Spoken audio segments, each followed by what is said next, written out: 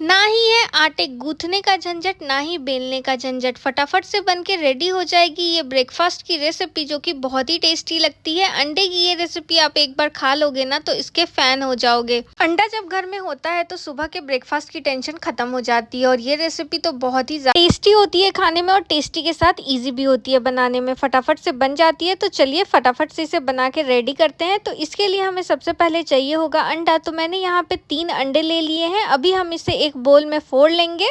तो एक एक करके सारे अंडे को बोल में फोड़ लें। अंडा फोड़ने के बाद हम यहाँ पे दूध डाल देंगे। तो पहले मैं आधा कप ही दूध डाल रही हूँ, उसके बाद जरूरत पड़ेगी तो हम यहाँ पे और डाल लेंगे। अब इस नाश्ते को और हेल्दी और टेस्टी बनाने के लिए हम इसमें डालेंगे कुछ सब्जियां, और उसी के साथ हम यहाँ पे डालेंगे कुछ मसाले। तो सबसे पहले मैं यहाँ पे डाल दे रही हूँ 2 बड़ा चम्मच फाइनली कटा हुआ प्याज। अगर आप ऐसे देखोगे तो ये एक छोटे साइज का प्याज है। इसी के साथ हम यहाँ पे डाल देंगे 1 बड़ा चम्मच कटा हुआ कैप्सिकम, यानी कि हरी शिमला मिर्च। जो छोटे साइज की शिमला मिर्च आती है ना, उसका ये हाफ पार्ट है। उसके बाद हम यहाँ पे डाल देंगे थोड़े से फ्रेश कटे हुए धनिया पत्ती।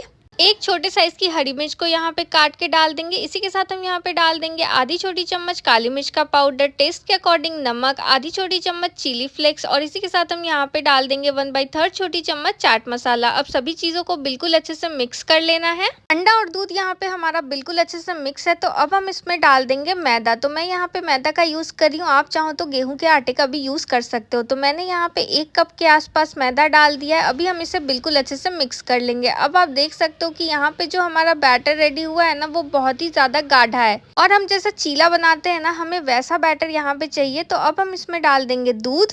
तो आधा कप दूध मैंने पहले डाला था, आधा कप दूध अभी मैं यहाँ पे डाल दे रही हूँ। अब क्या करेंगे, हम सभी चीज़ों को बिल्कुल अच्छे से मिक्स कर लेंगे, और उसके बाद इसका एक सेमी थिक बैटर बना के रेडी करेंगे। कंसिस्टेंसी आप अपने हिसाब से एडजस्ट कर सकते हैं।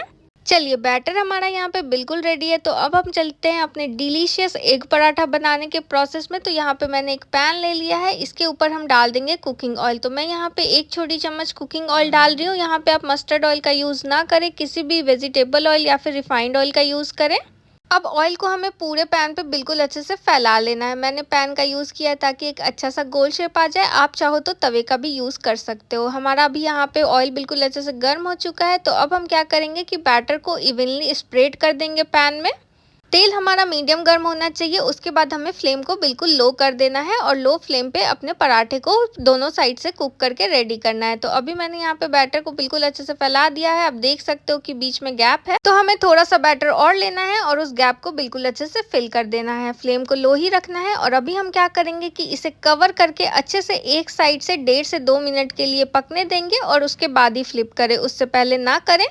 एक साइड से कुक करते हुए यहाँ पे मुझे 1.5 से 2 मिनट हुए। आप देख सकते हो ऊपर वाला जो पार्ट है ना, वो बिल्कुल अच्छे से सूख चुका है। तो अभी मैंने ढक्कन हटाया, और अभी हम क्या करेंगे कि इसे पलट देंगे। उसके बाद हमें इसे दूसरे साइड से भी बिल्कुल अच्छे से कुक कर लेना है। अभी हम फ्लेम को लो टू मीडियम के बीच में कर देंगे, और इसे बिल्कुल अच्छे से दूसरे साइड से भी कुक कर लेंगे। तो अभी इसे कवर करने की कोई ज़रूरत नहीं है, ये आराम से कुक हो जाएगा। तो चलिए इसे दूसरे साइड से भी कुक करते हुए मुझे यहाँ पे 1.5 से 2 मिनट हुए हैं। तो हम पलट के देख लेते हैं कि ये कुक हुआ है कि नहीं। और आप बीच में चेक कर ले, ये जलना नहीं चाहिए, क्योंकि अगर जल गया तो आपका तो टेस्ट ही पूरा बर्बाद हो जाएगा। तो आप देख सकते हो कि ये कितने अच्छे से कुक हो चुका है।